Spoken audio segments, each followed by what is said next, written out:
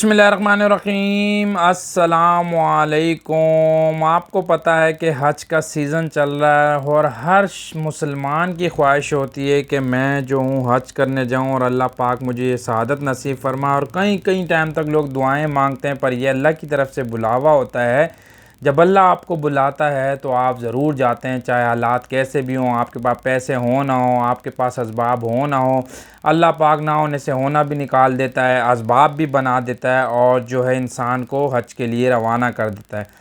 इसी तरीके से एक छोटा सा जो है किस्सा पेश आया है हज के हवाले से। एक शख्स के साथ लीबिया में जो रहता है, लीबिया में है एक शख्स जिसका नाम आमिर कज़ाफ़ी है। कहा जाता है उसका अपना नाम आमिर है, लेकिन उसके नाम के साथ कज़ाफ़ी लगता है। और लीबिया से आपको पता है, लीबिया से भी पूरी दुनिया से मुसलमान जो हज के लिए जाते हैं, तो लीबिया से भी जो है ये मुसलमान जिसका नाम आमिर कज़ाफ़ी है, ये हज के लिए इसने पूरा जो है अपना इंतज़ाम किया, सब कुछ किया, हर चीज़ कर ली। जब एयरपोर्ट पे पहुंचता है तो इसको बताया जाता है कि बाकी सब जो है हज करने के लिए जाएंगे और बाकी सब की हर चीज़ के लिए, लेकिन आपका सिक्योरिटी क्लियरेंस नहीं है और आपका कोई इशू है। फिर जाहिर सी बात है आहिस्ता आहिस्ता पता लगने लगा कि क्या इशू है।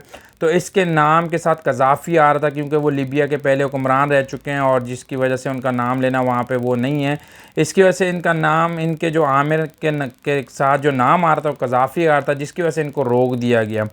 उसके बाद जो है ज़ाहिर सी बात, इसने कोशिश बहुत की लेकिन ये नहीं जा सका और जहाज़ जो है इसी तरीके से जो है उड़ गया। उड़ने के बाद ये हुआ कि जब जहाज़ उड़ता है, उड़ने के बाद जो है इस जहाज़ में फ़नी ख़राबी आ जाती है और जहाज़ जो है वापस उतार लिया जाता है। उसके बाद ये दोबारा कोशिश करता है कि मुझे शायद अब मुझे कोशिश करनी चाहिए और शायद अब मैं जा सकूं, क्योंकि इसने नियत की हुई थी और ये कह रहा था कि मुझे अल्लाह की ज़ात पे पूरा यकीन है, मैंने नियत की हुई और अल्लाह पाक मुझे लेके जाएंगे। और इसी जो इसका जो यकीन है, इसका जो ईमान है, इसकी जो नियत है और इसका जो पुख्ता ईमान था कि मैं ज़रूर जाऊंगा, उसमें अल्लाह ने इसको कामयाब कर दिया। जब दूसरी बार कहा को दूसरी बार भी मना कर दिया गया एयरपोर्ट स्टाफ की तरफ से, सिक्योरिटी स्टाफ की, कि आपका सिक्योरिटी क्लियरेंस नहीं है और आप नहीं जा सकते। लिहाजा वो दूसरी बार भी नहीं गए। इसी तरीके से तीसरी बार भी, और तीनों टाइम जो है जहाज़ जब उड़ता था तो इसमें फ़नी ख़राबी पैदा हो जाए, वापस लीबिया के एयरपोर्ट पे वो उतर जाता था, जिसकी वजह से जो है बाकी जो है हाजमीन हज है वो भी नहीं जा सकते थे। इसकी वजह से जो है जहाज़ वापस उतर जाता था। लिहाजा जो पायलट था उसने कहा कि जब तक आमिर कज़ाफ़ी जो है वो जहाज़ में नहीं बैठेंगे तब तक मैं जहाज़ अब नहीं उड़ाऊँगा, क्योंकि मेरे रब ने जो है इसको चुना हुआ था और मेरे रब ने जो है इसको हज के लिए भेजना था। और मेरा रब ये चाहता था कि मेरा ये मुसलमान, मेरा ये बंदा जो है ये हज के लिए जाए। और उसकी जो नियत थी ये तो अल्लाह पाक को पता है, सिर्फ़ अल्लाह को पता है कि उसकी क्या बात मेरे रब को पसंद आई, जिसकी वजह से अल्लाह पाक ने जो है 3 बार जहाज़ उड़ा, लेकिन तीनों बार फ़नी ख़राबी की वजह से वापस आ गया। और आखिरकार पायलट ने कहा कि अब मैं जहाज़ नहीं उड़ाऊंगा जब तक आमिर कज़ाफ़ी इसमें नहीं बैठेंगे। तो ये बहुत ही खुश नसीब हैं ये कि उसके बाद जब मैं आपको बताता चलूँ, जब ये जहाज़ में बैठे और जहाज़ उड़ा तो उसके बाद जहाज़ ख़राब नहीं हुआ और जहाज़ सीधा जो है फ़्लाई कर गया और जो है सऊदी अरब पहुँच गया।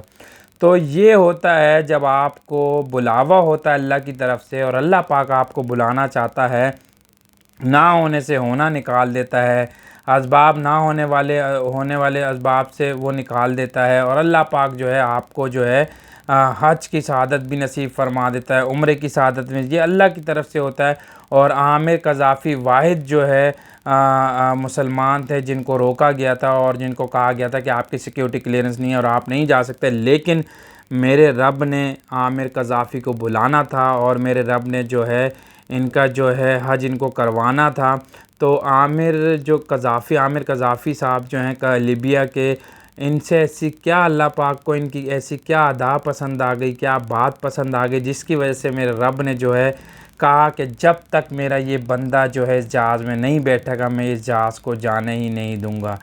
तो सब मेरे रब के जो है हुक्म के ताबे हैं और सब मेरे रब के हुक्म से होता है और पूरी दुनिया मेरे रब के हुक्म से चलती है। और मेरा रब जो है जो चाहे कर सकता है। और मेरे रब ने यही किया कि आमिर कज़ाफ़ी जब जहाज़ में नहीं बैठे तो वो जहाज़ जो है बार बार फ़नी ख़राबी की वजह से 3 बार उतारा गया। और चौथी बार जब आमिर कज़ाफ़ी बैठे, वो भी पायलट ने कहा कि जब तक ये नहीं बैठेंगे मैं जहाज़ को नहीं उड़ाऊँगा।